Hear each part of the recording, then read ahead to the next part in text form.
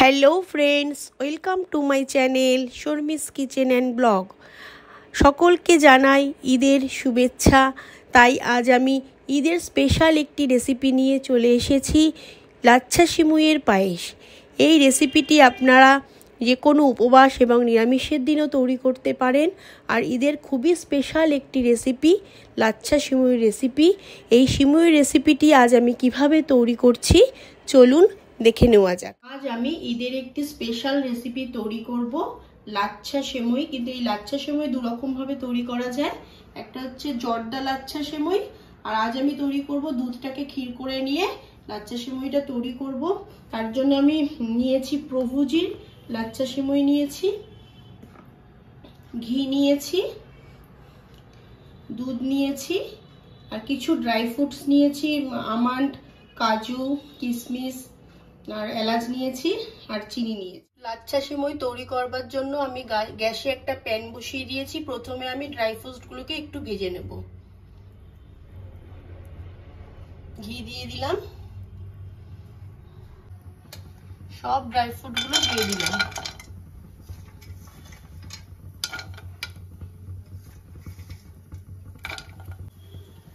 হালকা করে একটু ভেজে নেব।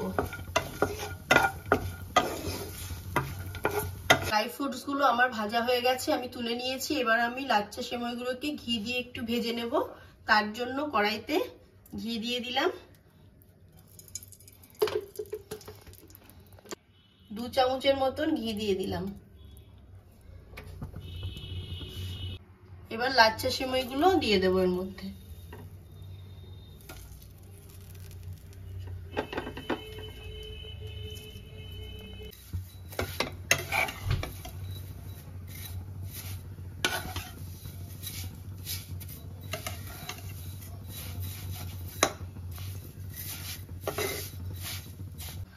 হাফ কাপ পাউডার মিল্ক দিয়ে দিলাম। এবার ভালো করে মিক্স করে নেব।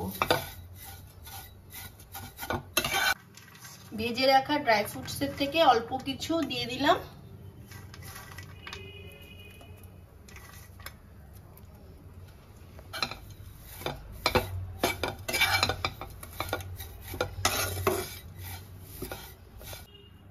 সেমইগুলো আমার ভাজা হয়ে গেছে, এবার আমি নামিয়ে নেব। সেমই তৈরি করবার জন্য এবার আমি গ্যাসে দুধ বসিয়ে দিয়েছি। যেহেতু আমি 250 গ্রাম লাচ্ছা সেমই নিয়েছি, তার জন্য আমি এখানে মোটামুটি 750 দুধ নিয়েছি। এবার দুধটাকে আমি ভালো করে জাল দিয়ে নেব।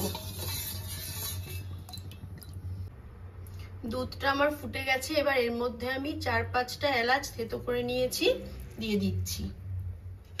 আর 1 কাপ চিনি দিয়ে দিচ্ছি।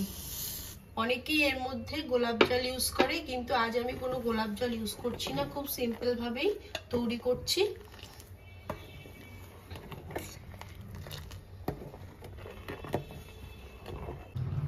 এবার আমি একটা কাচের পাত্রের মধ্যে সেমাইগুলোকে তুলে নেব।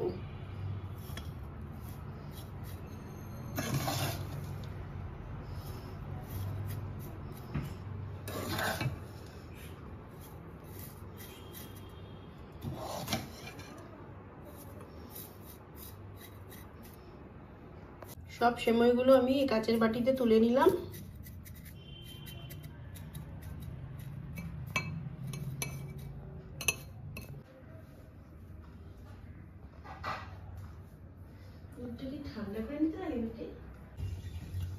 দুধটা ফুটে ঘন হয়ে গেছে, এবার আমি একটু নামিয়ে নেব। নামিয়ে একটু ঠান্ডা করে নেব। দুধটা আমার ঠান্ডা হয়ে গেছে, এবার আমি সেমাইয়ের ওপর দুধগুলো দিয়ে দেব।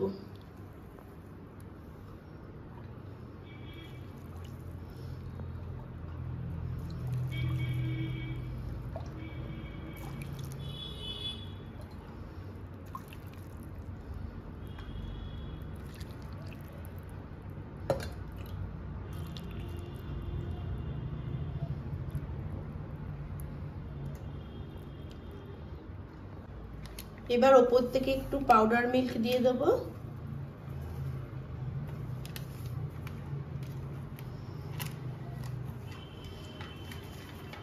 আর ভেজে রাখা ড্রাই ফ্রুটস গুলো দিয়ে দেব।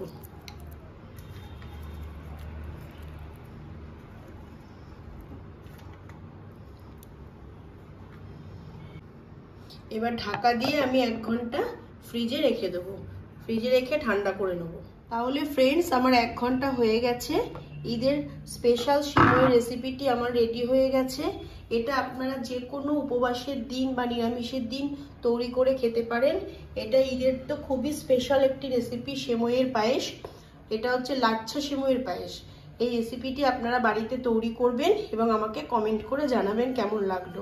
আর আমার এই ভিডিওটি যদি আপনাদের ভালো লেগে থাকে তাহলে আপনারা লাইক, কমেন্ট, শেয়ার, সাবস্ক্রাইব করবেন আর পাশের বেল আইকনটিকে ক্লিক করে রাখবেন যাতে নেক্সট কোনো ভিডিও ছাড়ার সাথে সাথে আপনাদের কাছে নোটিফিকেশন পৌঁছে যায়।